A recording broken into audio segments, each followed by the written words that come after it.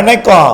செல்வகுமாரின் அறுவடை, விதைப்பு, உப்பள பணிகள், பூச்சி விரட்டி அடிக்கும் பணிகள், உலர்த்தும் பணிகள், பல்வேறு விவசாய பணிகள், பொது பணிகள், செங்கல் சூளை பணிகள் அனைத்திற்குமான வானிலை முன்னறிவிப்பு.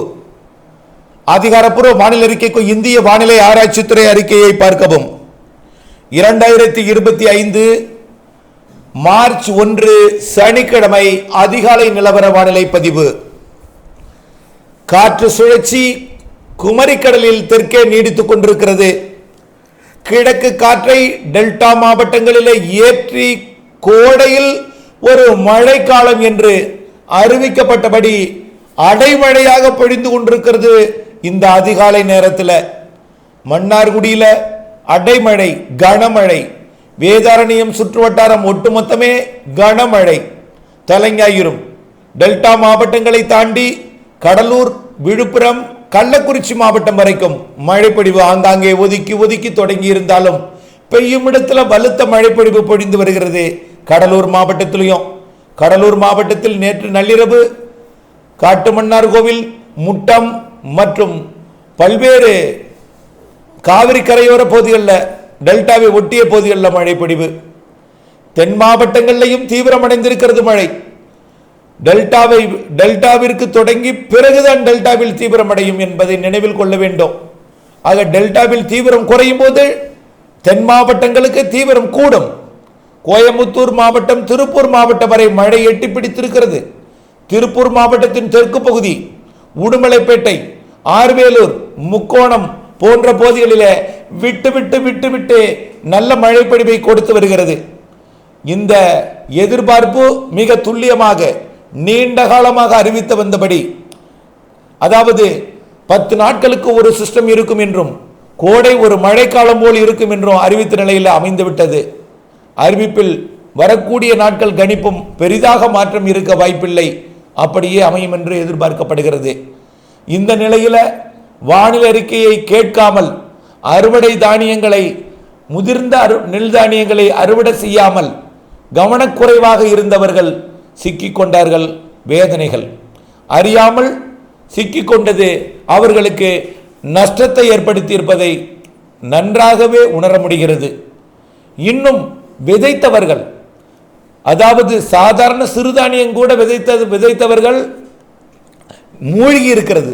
வேதாரண்யம் பகுதிகளில் எள் போன்ற தானியங்களை விதைத்தவர்கள் முற்றிலுமாக தண்ணீர் வயலிலே தேங்கி முளைப்பு திறன் முற்றிலுமாக பாதிப்படைந்திருக்கிறது. இப்படித்தான் டெல்டாவில் பல்வேறு பகுதிகளில் முளைப்பு, விதைப்பு எல்லாமே பாதிப்படைந்திருக்கிறது. அறுவடையும் தென் மாவட்டங்களிலேயும் நல்ல மழைப்பொழிவு பொழிந்து வருகிற நிலையில் தென் மாவட்டங்களிலே இனிமேல் தான் மழைப்பொழிவு அதிகரிக்கும். ராமநாதபுரம் மாவட்டத்தில் 2வது நாளாக 7 சென்டிமீட்டர், முதல் நாள் 7 சென்டிமீட்டர், அதுக்கு அடுத்த நாள் குறைந்திருந்தாலும் ராமநாதபுரம் மாவட்டம் ராமேஸ்வரத்தில் நேற்றைக்கும் 7 சென்டிமீட்டர் மழை பொழிந்திருக்கிறது. பெரும்பாலான இடங்களில் 5 சென்டிமீட்டருக்கு மேல் மழை பொழிந்திருக்கிறது. ஆகவே இனிமேல் தான் தென் மாவட்டங்களுக்கு நல்ல மழைப்பொழிவை கொடுக்கும். உள் மாவட்டங்களுக்கும் மேற்கு தொடர்ச்சி மலை மாவட்டங்களுக்கும் இன்றைக்கு நல்ல மழைப்பொழிவை எதிர்பார்க்கலாம். அனைவருக்கும் ஒரே மாதிரியான மழைப்பொழிவு இருக்காது. ஒரு மாவட்டத்தை எடுத்துக்கொண்டால் நனைக்கும் மழையும் இருக்கும், கனமழைப்பொழிவும் இருக்கும். ஆகவே ஏற்ற இறக்கத்துடன் மழைப்பொழிவு இருக்கும். தற்பொழுது பெய்து கொண்டிருக்கூடிய மழை அறுவடைக்கு தயாராக இருக்கக்கூடிய நெல் தானியங்களை அறுவடை செய்யாமல் விட்டுவிட்டவர்களுக்கு கடுமையான ஒரு அச்ச உணர்வை, பீதியை, ஒரு கஷ்டத்தை ஏற்படுத்தி இருக்கிறது. ஆனால் முதிராத நெல் தானியங்களை அறுவடை செய்யாமல் இருப்பவர்களுக்கும் அச்ச உணர்வை ஏற்படுத்தி இருக்கிற நிலையில் கவலைப்பட வேண்டாம். இன்றைக்கு டெல்டாவில் பெய்து கொண்டிருக்கூடிய மழை நாளை தீவிரம் குறைந்துவிடும். இன்றைக்கு ஓரிரு முறை பெய்தாலும், பெய்யும் நேரத்தில் கனமாக பெய்தாலும், இன்னும் ஓரிரு முறை பெய்தாலும் நாளை இந்த மழைப்பொழிவு பாதியாக குறைந்துவிடும். நாளை லேசான மிதமான மழைப்பொழிவிற்கு மட்டுமே வாய்ப்பு.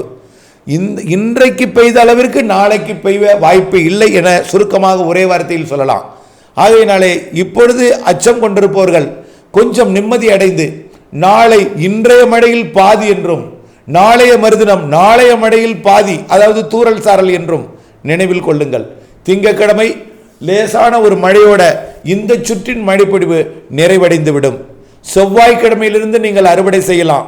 மீண்டும் ஒரு முறை இன்று பெய்த மழை போல் மீண்டும் ஒரு முறை பெய்யாது.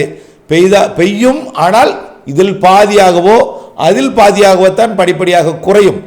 ஆகவே திங்கட்கிழமை வரை மழை வாய்ப்பு இருக்கிறது. செவ்வாய்க்கிழமையிலிருந்து நீங்கள் அறுவடை செய்யலாம்.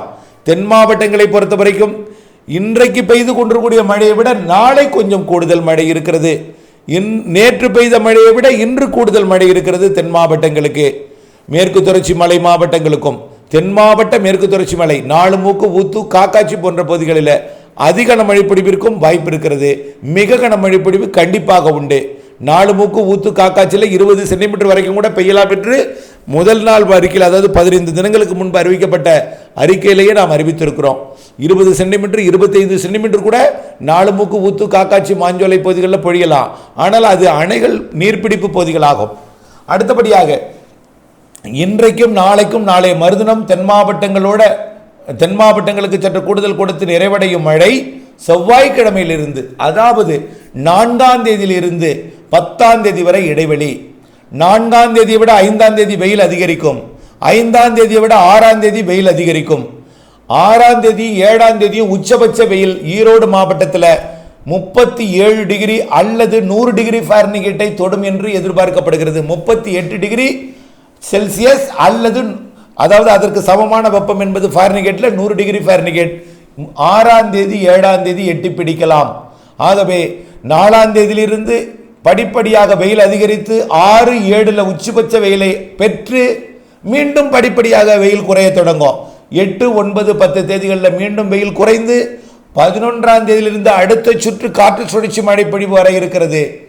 ஏற்கனவே அறிவித்திருக்கிறோம். 2, 2, 2 என்று முடியக்கூடிய 2, 12, 22 என்று தேதி அறிவித்திருக்கிறோம், நினைவில் கொள்ள வேண்டும். அதன் அடிப்படையில் 12, 13, 14, 15 தேதிகளில் மீண்டும் ஒரு சுற்று மழைப்பொழிவு வர இருக்கிறது. இதை இப்பொழுதே அறிவித்து நாங்கள் உங்களை அச்சப்படுத்த விரும்பவில்லை. அறிவிப்பதற்கான காரணம் என்னவென்றால், இப்பொழுது மழை பொழிகிறது, உங்களுக்கு வானிலை அறிக்கை தேவைப்படுகிறது. மழை பொழிவதன் காரணமாக வானிலை அறிக்கையை உங்களுக்கு பார்க்க வேண்டிய சூழல் ஏற்பட்டிருக்கிறது. ஆகவே இனிமேல் மழை விட்டுவிட்டால், நீங்கள் வெயில் அறிவித்து விட்டால் பார்க்க மாட்டீர்கள். மழை வரும்பொழுது மீண்டும் பார்ப்பீர்கள். அன்ற நாள் அறுவடை நாளாக நீங்கள் வைத்திருந்தால் உங்களுக்கு நஷ்டம் ஏற்பட்டுவிடும், பாதிப்பு, இடையூறு ஏற்படும் என்பதற்காகத்தான் அடுத்த சுற்றின் மழைப்பொழிவையும் இப்பொழுதே அறிவிக்கிறேன். ஆகவே வரக்கூடிய 3 நாட்களுக்கு மழை, பிறகு 5, 6 நாட்களுக்கு 4ஆம் தேதியிலிருந்து 10ஆம் தேதி வரை இடைவெளி, அதில் 6, 7 தேதி உச்சபட்ச வெயிலுடன் கூடிய ஒரு இடைவெளி, மீண்டும் படிப்படியாக வெப்பம் குறைந்து 10ஆம் தேதிக்கு மேல் 11ஆம் தேதியிலிருந்து அடுத்த சுற்றின் மழைப்பொழிவு. 11ஆம் தேதி வாய்ப்பு இருக்கிறது. 12, 13, 14 தேதிகளில் கண்டிப்பாக மழை இருக்கும். அது டெல்டா மாவட்டங்களுக்கும் தென் மாவட்டங்களுக்கும் கண்டிப்பாக இருக்கும் என்பதை நினைவில் கொள்ள வேண்டும். ஆகவே அறுவடை விவசாயிகள் திட்டமிட்ட அறுவடைக்கு இடைவெளி அறிந்து அறுவடை செய்ய வேண்டும். விதைப்பு விவசாயிகள் ஏற்கனவே விதைக்கலாம் என்று பலர் கேட்டீர்கள். திங்கட்கிழமை பார்த்துவிட்டு விதைக்கலாம் என்று சொன்னேன். திங்கட்கிழமை விதைக்கவும் முடியாத நிலை தற்பொழுது தள்ளப்பட்டிருக்கிறது. வயல்களிலே நீர் தேங்கி இருக்கிறது, அதிகப்படியான ஈரம் கோர்த்திருக்கிறது மண்ணிலே. இந்த நிலையில உழுவதற்கு கூட டிராக்டர் போன்றவை இறக்குவது கடினம். ஆகவே விதைப்புக்கும் ஏற்ற நிலத்தன்மை இல்லை என்பதை நினைவுபடுத்த விரும்புகிறேன். ஏற்கனவே விதைத்ததும் சேதமடைந்திருக்கிறது. ஆகவே 4ஆம் தேதியிலிருந்து 2-3 நாளிலே அது காயலாம், உலரலாம், உழுதலுக்கு ஏற்ற நிலம் தன்மை பக்குவம் அடையலாம். அதற்கு பிறகு உழுது விதைக்கலாம். அதே நேரத்தில் 11, 12, 13, 14 தேதிகளில் வரக்கூடிய மழைப்பொழிவு தீவிரத்தன்மையை பார்த்து 6, 7, 8 தேதிகளில் விதைக்க அன்போடு கேட்டுக்கொள்கிறேன். அதே போல உப்பள பணிகள், உலர்த்தும் பணிகளுக்கு இதே வானிலை தான். இடைவெளி நாள் 4லிருந்து 10ஆம் தேதி வரை. உப்பள பணிகளை பொறுத்த வரைக்கும் உப்பு பார்த்திகளை தயார் செய்தீர்கள். முதல் பூஜையை போட்டு தொடக்கி அந்த உப்பை வாறுதலுக்கும் பூஜையை போட்டு வாரி அதை சேமித்து கொண்டிருக்கிற நிலையில் உப்பு பார்த்து மீண்டும் சேதமடைந்து விட்டது. இந்த நிலையில் மீண்டும் இடைவெளியும் இருக்கிறது, இடையூறும் இருக்கிறது. ஆகவே 4ஆம் தேதியிலிருந்து 10ஆம் தேதி வரை இடைவெளி கொடுக்க இருக்கிறது. நல்ல ஒரு உப்பு உற்பத்திக்கு சாதகமான வெயில் இருக்கும்.